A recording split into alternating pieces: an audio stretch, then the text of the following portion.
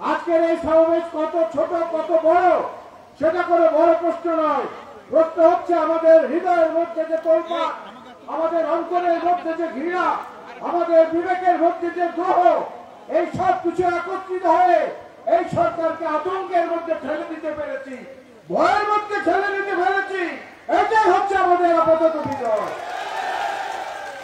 এই সরকারের আমলে কোন ধর্মের মানুষ নিরাপদ না, এটা প্রমাণিত হয়েছে। যার প্রমাণ গাইবান্ধার সাঁওতাল পল্লীতে হামলা, আগুন জ্বালিয়ে দেওয়া, আজ পর্যন্ত সেই মামলার অপরাধীদের বিচার হয় নাই। টেকনাফের রামুতে, কক্সবাজারের রামুতে বৌদ্ধ মন্দিরে হামলা, আজ পর্যন্ত সেটার বিচার হয় নাই। নারিয়ারচরে খ্রিস্টানদের গির্জায় হামলা, আজ পর্যন্ত সেটার বিচার হয় নাই। রমনার বটমূলে সঙ্গীত শিল্পীদের আসরে হামলা, আজ পর্যন্ত সেটার বিচার হয় নাই। মিরপুরের কালশিতে মুসলিমদের পল্লীতে আগুন লাগিয়ে 9টি জীবন্ত প্রাণকে কয়লায় পরিণত করা হয়েছিল, সেটার আজ পর্যন্ত বিচার হয় নাই। তাহলে কি হলো? নাসিরনগরে, ব্রাহ্মণবাড়িয়া একই ঘটনা সেখানে ঘটেছে। শোলাকিয়ায় মুসলিমদের ঈদের জামাতে সেখানে মানুষকে হত্যা করা হয়েছে, বিচার হয় নাই। হলিয়াটি জানে মানুষ হত্যা করা হয়েছে 24 জন, তার বিচার হয় নাই।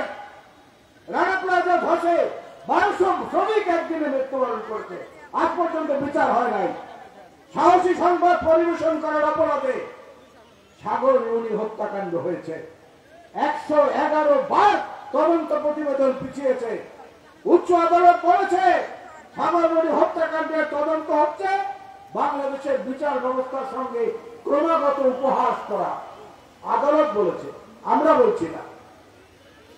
বিএনপির আন্দোলন চলাকালীন সময় পুলিশের পবিত্র পোশাক গায়ে দিয়ে মাইকের সামনে এইভাবে দাঁড়িয়ে বলেছিল বাড়ি বাড়ি গিয়ে টোকাইয়ে টোকাইয়ে ধরে নিয়ে আসবো। মনে আছে আপনাদের? বলেছিল মাটির নিচে থাকলে ধরে নিয়ে আসবো। পুলিশের পোশাক গায়ে ওই হারামজাদাকে বলতে চাই, আজকে টোকে টোকাইয়ে টোকাইয়ে ধরার জন্য মানুষ খুঁজতেছে, তোকে খুঁজে পাচ্ছে না। তুই মাটির নিচে আছো কিনা সেটা এই সরকার জানে, বাংলাদেশের মানুষ জানে না। যদি জানতো জিয়া শরীরটা তোকে মাটির নিচ থেকে তুলে নিয়ে আসতো। তার মধ্যে কিভাবে আগুন লাগায়, সেখানে আগুন লাগিয়ে দিয়ে বিএনপির উপর দায় চাপানো হয়েছে। হাজার হাজার কোটি টাকা ছাত্রলীগের জেলার নেতা 2000 কোটি টাকা পাচার করে। 100 কোটি টাকা এদের কাছে কোনো ব্যাপার না, 10 টাকার নোটের মতো এদের অবস্থা। কারণ হচ্ছে একটাই, এই বাংলাদেশের মানচিত্রের রূপসা থেকে পাথুরিয়া, টেকনাফ থেকে তেতুলিয়া, এই মানচিত্রের প্রতিটি ইঞ্চি জমিতে বেগম খালেদা জিয়া সমান জনপ্রিয়। তিনি কোন নির্দিষ্ট এলাকার নেত্রী না, তিনি গোটা বাংলাদেশের নেত্রী, মুক্তির কামনায় অধীর আগ্রহী মানুষের নেত্রী। আর একজন নেত্রী গোপালগঞ্জের এমপি। বেগম খালেদা জিয়া যতবার 5টি আসনে নির্বাচন করেছেন, 5টিতেই জয়লাভ করেছেন। যতবার সর্বোচ্চ 3টি আসনে নির্বাচন করেছেন, 3টিতেই জয়লাভ করেছেন। পরাজয়ের রেকর্ড বেগম খালেদা জিয়ার জীবনে নাই। বেগম খালেদা জিয়া ফ্লাইট লেফটেন্যান্ট মতিউর রহমানের লাশ পাকিস্তান থেকে এনে বাংলাদেশে সমাধিস্থ করেছেন। বেগম খালেদা জিয়া 9ম সেক্টরের কমান্ডার মেজর জলিলের লাশ যখন পাকিস্তান থেকে এসেছে, তাকে দাফন করতে চাচ্ছিল না আওয়ামী লীগ সরকার তখন ক্ষমতায়।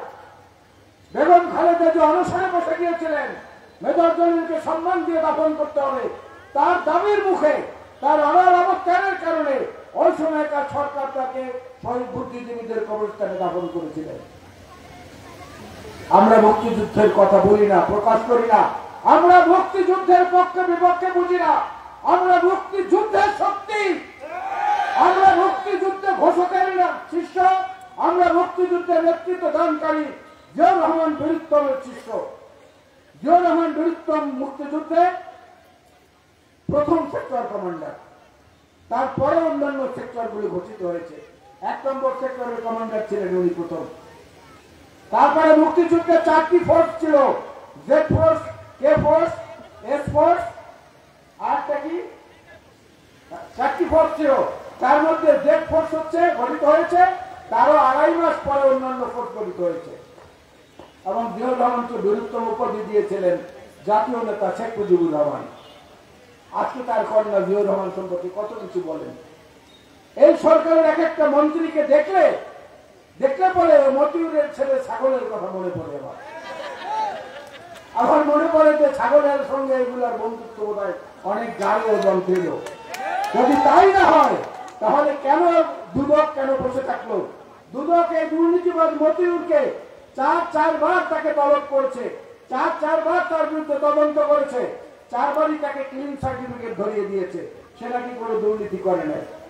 যেটা দুদক পারে নাই, যেটা পুলিশ পারে নাই, যেটা বাংলাদেশ ব্যাংক পারে নাই, যেটা শেখ হাসিনা এবং তার মন্ত্রীরা পারে নাই, একটা ছাগলে সেই কাজ ঘটাই দিচ্ছে। একটা কোরবানির ছাগলে সেই দায়িত্বটা পালন করে দিচ্ছে। তা এই সরকারের চেয়ে ছাগল অনেক ভালো। হ্যাঁ, যুক্তিতে হয় কিনা বলেন সেটা? সেই যুক্তিতে হয় না। মুক্তিযুদ্ধের কথা বলে, আপনাদের মনে করি এটাই আমি সবই মনে আছে, খালি টোকা দিতে হয় একটু। বিদেশিদেরকে মুক্তিযুদ্ধ পদক দেবে এই জন্য সোনা দিয়ে মেডেল বানানো হয়েছিল, মনে আছে আপনাদের? তারপরে কি ধরা পড়লো? সে সোনার মধ্যে খাত, 16 আনির মধ্যে 12 আনাই হচ্ছে ভুয়া, 4 আনা হচ্ছে অরিজিনাল। তখন সাংবাদিকরা আজকে প্রধানমন্ত্রী, এই কথিত প্রধানমন্ত্রী আওয়ামী লীগের সভানেত্রীকে প্রশ্ন করেছিল যে এই মেডেলের মধ্যেও ভেজাল, বিদেশিদের কাছে তো আমাদের মাথা হেট হয়ে গেল। শেখ হাসিনা তখন কি বলেছিলেন মনে আছে? আমি মনে করি তখন তিনি বলেছিলেন, আরে রাখেন, স্বর্ণকাররাও তো মায়ের কানের সোনা চুরি করে। তার মানে চোরগুলাকে প্রশ্রয় দিয়ে দিল, চোরগুলাকে বাহাবা দিয়ে দিল হাততালি দিয়ে। আর তার বাবা স্বাধীনতার পর কি বলেছিলেন? দোস্ত যারা আছেন বলেছিলেন, পৃথিবীতে সমস্ত রাষ্ট্রনায়করা পায় তেলের খনি, সোনার খনি, আমি শেখ মুজিব পেয়েছি একটা চোরের খনি। সেই চোরদের বংশ বৃদ্ধি পেয়ে আজকে এমন অবস্থা হয়েছে যে এতদিন পরে শেখ হাসিনা স্বীকার করতে বাধ্য হচ্ছেন যে এই চোরদের যন্ত্রণায় আমি অস্থির। এদের কথার মধ্যে জিলাপির মতো সোজা সোজা কথা বলে এরা, একদম জিলাপি যেমন সোজা, এদের কথাও তেমনি সোজা। দেখবেন আওয়ামী লীগের নেতারা কথায় কথায় বলে কি, দুর্নীতির ব্যাপারে জিরো টলারেন্স, দুর্নীতির বিরুদ্ধে জিরো টলারেন্স কিন্তু বলে না, বলে দুর্নীতির ব্যাপারে জিরো টলারেন্স। দুর্নীতির ব্যাপারে জিরো টলারেন্স কি? দুর্নীতি করো, আমরা জিরো হয়ে বসে থাকি। দুর্নীতির বিরুদ্ধে বলে না, কিন্তু যদি বলতো দুর্নীতির বিরুদ্ধে, আর যে চোর সাগরে ধরছে, এই চোর যদি তারা ধরতে পারতো তাইলে বলতাম দুর্নীতির পর জিরো টলারেন্স যেটা বলেছে এটা সত্যি কথা। প্রতিদিন সীমান্তে মানুষ মারা হচ্ছে, প্রতিদিন। গত 5 দিনও লালমনিরহাটে একজনকে মেরেছে। এই ঠাকুরগাঁও বিভিন্ন সীমান্তে বাংলাদেশিদের মারা হচ্ছে, কোন প্রতিবাদ নাই। বরং এই সরকারের সাবেক মন্ত্রী আরোগা মোমেন সাহেব বলে, ভারতের সঙ্গে আমাদের সম্পর্ক স্বামী স্ত্রীর মতো। বোঝেন অবস্থাটা? যদি তাদের সঙ্গে স্বামী স্ত্রীর মতো সম্পর্ক হয়, তাহলে চীনের সঙ্গে সম্পর্ক কি পরকীয়া প্রেমের? মার্কিন যুক্তরাষ্ট্রের সঙ্গে সম্পর্ক কি অবৈধ প্রেম? এটা জিজ্ঞেস করতে ইচ্ছা করে না? বানের পানিতে যখন খুশি আমাদেরকে ভাসিয়ে দেবে, আর যখন খুশি আমাদেরকে খরা দিয়ে শুষ্ক করে সিদ্ধ করে দেবে, এরা কখনো বন্ধু হতে পারে না। ভারত বাংলাদেশের মুক্তিযুদ্ধে সাহায্য করেছে, কথাটা ঠিক। কিভাবে করেছে একটা উদাহরণ আমি দিই। ভাই মুক্তিযোদ্ধা মঞ্চে আছেন, এই গাছে পাকা ফল, যখন ফলটা পাকে, আপনাদের এখানে কি নাম? সূর্যপুরি আম। সূর্যপুরি আম খুব বিখ্যাত বাংলাদেশে। এই আমটা যখন গাছের মধ্যে পাকে, এই আমটা যদি আপনি টোকা নাও দেন, ওই যে কাঠি দিয়ে ফালানোর চেষ্টা নাও করেন, গাছে ঝাঁকি নাও দেন, তাহলে কিন্তু কদিন পরে টুস করে ছিঁড়ে নিচে পড়বে, বলবে না? এটাই তো নিয়ম। মুক্তিযোদ্ধারা রক্ত দিয়ে জীবনের বিনিময়ে জিয়াউর রহমান এবং অন্যান্য সেনানায়কদের নেতৃত্বে বিজয়ের দ্বার প্রান্তে যখন, অর্থাৎ ফলটা যখন পেকে গেছে, তখন ভারত শুধু একটা টোকা দিয়ে দিয়েছে। টোকা দেওয়া একটু দ্রুত পড়েছে, না হলে বাংলাদেশে হয়তো 1 বছর লাগতো কিংবা 1.5 বছর লাগতো। বাংলাদেশ স্বাধীন হতোই আমাদের ওয়াদা ছিল, আমাদের শপথ ছিল।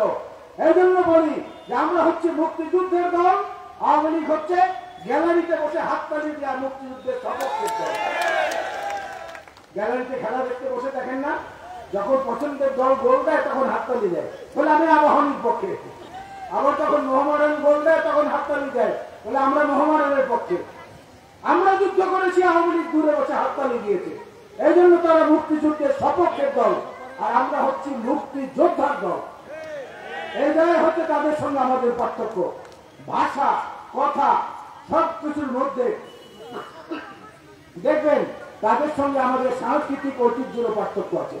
বেগম খালেদা জিয়ার মুখে কিংবা জিয়াউর রহমানের মুখে কখনো শেখ মুজিব সম্পর্কে কিংবা শেখ হাসিনা সম্পর্কে কোনো অশ্লীল কিংবা কোনো কীর্তক কিংবা কোনো বিদ্রুপের ভাষা শোনেন নাই। অথচ আজকের আওয়ামী লীগের প্রধানমন্ত্রী যে ভাষায় কথা বলেন, ডক্টর ইউনূস সাহেবের মতো লোক তার কথা বলে যে পদ্মা নদীতে গিয়া 8টা চুবনি দিয়ে তারপরে উঠে আনবা, মরে না যেন খবরদার, আবার খেয়াল রাখবা। আর প্রতিহিংসা কোন স্তরে গেলে পরে একজন স্বামীহারা, যে স্বামী বীরুত্তম, যে যিনি বাংলাদেশের সেনাবাহিনী প্রধান, যিনি বাংলাদেশের রাষ্ট্রপতি, বাংলাদেশের হৃদয়ের মানুষের ফ্রেমের মধ্যে যার ছবি আজীবন বাঁধানো, সেই স্বামীহারা, সেই স্বামীর ভিটাবাড়ি থেকে উৎখাত করা, 92 দিন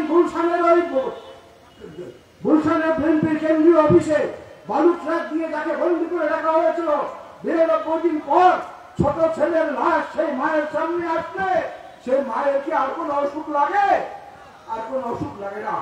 ওই মায়ের তো সেদিন মরে গেছেন, ওই মা সেদিন মরে গেছেন যেদিন ক্যান্টনমেন্টের মহিনুলগড়ের বাচ্চা থেকে তাকে উৎখাত করা হয়েছে। 42 বছরের স্বামী এবং সন্তানদের স্মৃতি বিচরিত ভিটামাটি থেকে এক চাপড়ে উৎখাত করে দেওয়া হয়েছে। ওই মা সেদিন মরে গেছেন। 92 দিন গৃহবন্দী থাকার পরে বালু ট্রাকের আড়ালে যেদিন বিদেশ থেকে ছোট ছেলের লাশটা সামনে এনে হাজির করা হয়েছে, ওই মা তো সেদিনই মরে গেছেন। আর কত প্রতিহিংসা আপনি আপনার প্রতিহিংসার ফল আর কত দেখাতে চান? আর কত নিষ্ঠুর আপনি হতে চান? আর কত রক্ত আপনি চান? আর কত মানুষের ত্যাগ আপনি চান? এবার দয়া করে থামেন। দয়া করে যদি না থামেন তাহলে যে অবস্থাটা আজকে তৈরি হয়েছে, এক সময় রবীন্দ্রনাথ ঠাকুর কবিতা লিখেছিলেন 2 বিঘা জমি, আপনাদের মনে আছে। আমাদের প্রিয় মহাসচিব শ্রদ্ধা মির্জা ফখরুল ইসলাম আলমগীর সাহেব এই কবিতাটি প্রায় জায়গায় বলেন, এ জগতে হায় সেই বেশি চায়, আছে যার ভুরি ভুরি, রাজার হস্ত করে সমস্ত কাঙালের ধন চুরি। আমি বলি যে আজকে যদি রবীন্দ্রনাথ ঠাকুর জীবিত থাকতেন, উনি একটা শব্দ পরিবর্তন করে দিতেন। উনি আজকে লিখতেন, এ জগতে হায় সেই বেশি চায়, আছে যার ভুরি ভুরি, রানীর হস্ত করে সমস্ত কাঙালের ধন চুরি। এই রানীর নেতৃত্বে একটা আলিওয়ালা 40 চোরের একটা টিম গঠিত হয়েছে। এই 40 চোর রাখায় চুরি করে দেশের সম্পদ বিদেশে পাচার করে দিচ্ছে, ব্যাংকের কাছ থেকে লোন নিচ্ছে। আমরা যেভাবে বাবা মায়ের কাছে বলি, কোন আত্মীয় মুরব্বীর কাছে বলি যে আপনার ঋণ আমি কোনোদিন শোধ করতে পারবো না, এই আওয়ামী লীগের চোরেরা ব্যাংকের কাছ থেকে হাজার হাজার টাকা নিয়ে পরে বলে আমরা আপনাদের ঋণ কোনোদিন শোধ করতে পারবো না। অথচ ওই টাকা কিন্তু গরিবের হক, ওই টাকা কিন্তু এই দেশের মানুষের রক্ত ঘামের অর্জিত টাকা। সব জায়গায় চুরির পরিমাণ ধীরে ধীরে বৃদ্ধি করা হচ্ছে। হঠাৎ করে সকালবেলা বাজারে যাবেন, দেখবেন যে যেই সবজির দাম সকালে থেকে 15 টাকা, পরদিন সেখানে সেটার দাম 35 টাকা। যারা গ্যাস ব্যবহার করেন, গ্যাসের দাম কিভাবে ওলট করে ভাড়া করে দেখেছেন, বারবার করে সবকিছুর সঙ্গে প্রতারণা করে চলেছে এই সরকার। ওই জন্য আজকের এই প্রতিবাদ, আজকের এই বিক্ষোভ, আজকের এই যে আমাদের দ্রোহের ভাষা, এটাকে আরো শানিত করতে হবে, আরো ধারণা করতে হবে এবং বিজয়ের দ্বারপ্রান্তে না পৌঁছা পর্যন্ত আমরা থামবো না। যখন পরিশ্রান্ত হব তখন আমরা সেই গানটি মনে মনে গাইব, আমরা সবাই রাজা, আমাদের এই রাজার রাজত্বে, নইলে মোরা এদের সঙ্গে থাকবো কি সত্যি। এটাকে একটু পরিবর্তন করে গাইতে হবে। এরা সবাই ছেচর, আওয়ামী লীগের চোরের রাজত্বে, নইলে তারা চোরের সঙ্গে থাকবে কি সত্যি। সুতরাং এই চোরদের